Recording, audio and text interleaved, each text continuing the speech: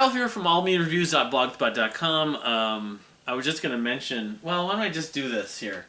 So I did pick up Art School Confidential.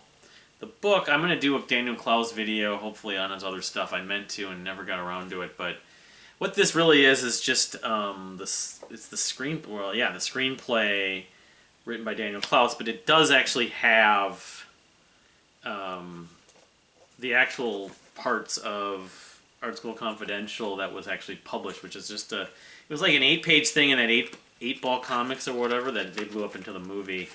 Sort of a partial or sequel of a sequel of a sort, a spiritual or somewhat thematic sequel to or follow up to Ghost World. But in the graphic novel discussion, landscape for myself, Why the Last Man premieres tonight. Or the premiere tonight, it already is. It's not on the FX network, which I'm kind of upset about. I'm taking a little bit of an exception with.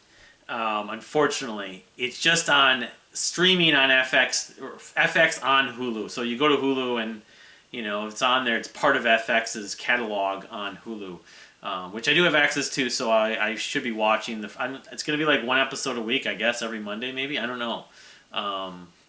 So I will maybe post a video review of that, or maybe I'll wait till the whole show is over. Maybe I'll do one on the premiere, on the pilot, and then, depending on how things go, wait till the season's over and then do a recap of that.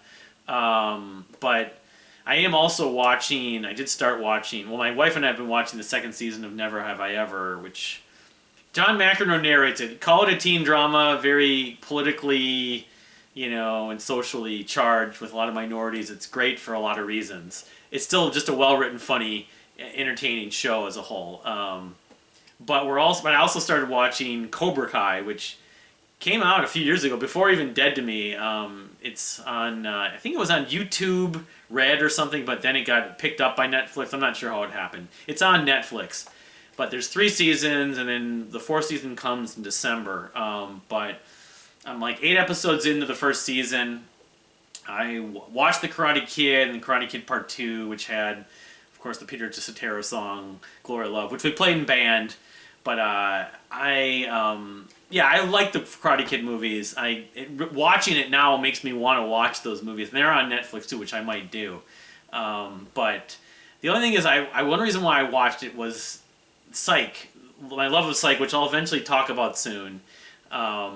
There was supposedly some commonalities about 80s pop culture references, which there are, but not as much as I would have liked to. I don't know. I'm still enjoying the show, but that's my only small disappointment at this point. 8 episodes in is like, where's the more 80s stuff? I mean, the kids in the show aren't from that period, but Ed Asner, though, who passed away sadly a few weeks ago, also was in it. He was also in Dead to Me, ironically. But the first season of Cobra Kai came out in 2018.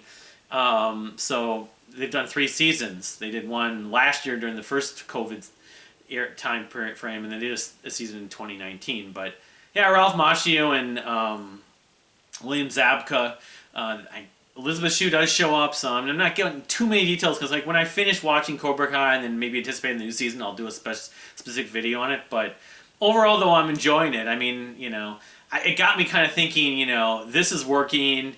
The guy who did Hot Tub Time Machine is one of the people behind it, but what other movies from the 80s? Because I'm an 80s kid. I love the 80s. Love 90s stuff too, but 80s primarily. What other shows could actually be turned into... What other movies could be turned into shows? And some of them have been done, but there's probably a lot that haven't been done. But no, it's an interesting spin because, of course, The Karate Kid is more of a traditional story arc, sort of coming of age, good guy, bad guy kind of aesthetic to an extent.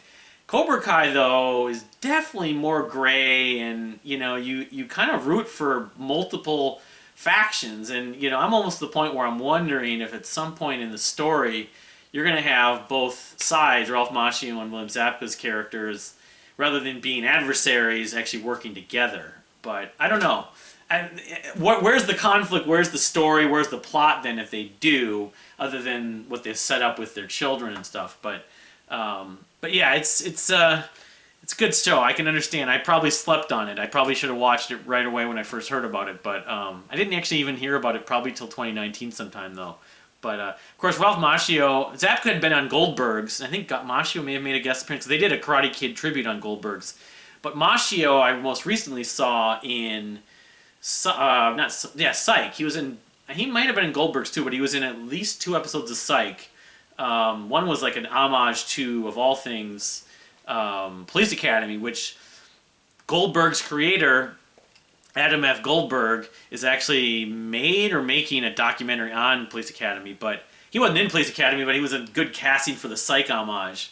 The only thing I could think of that Ralph Macchio did since Karate Kid, he did the Outsiders before that, was he was in, I think, My Cousin Vinny, but that was like 1991. So I don't know if he was out of acting for like 15 years until he showed up on those Psych episodes, or I just need to read his IMDb. But anyway, I just was going to tell a little bit about what I've been watching. And like I said, Why the Last Man, maybe I'll make a video tomorrow, sometime later this week, on the pilot. And then, talk about Cobra Kai eventually. I don't know when I'm going to finish it. It could be sometime in October. It could be in a few more days. I don't know because I've been binging it. So, but thank you for watching. We'll see you next time.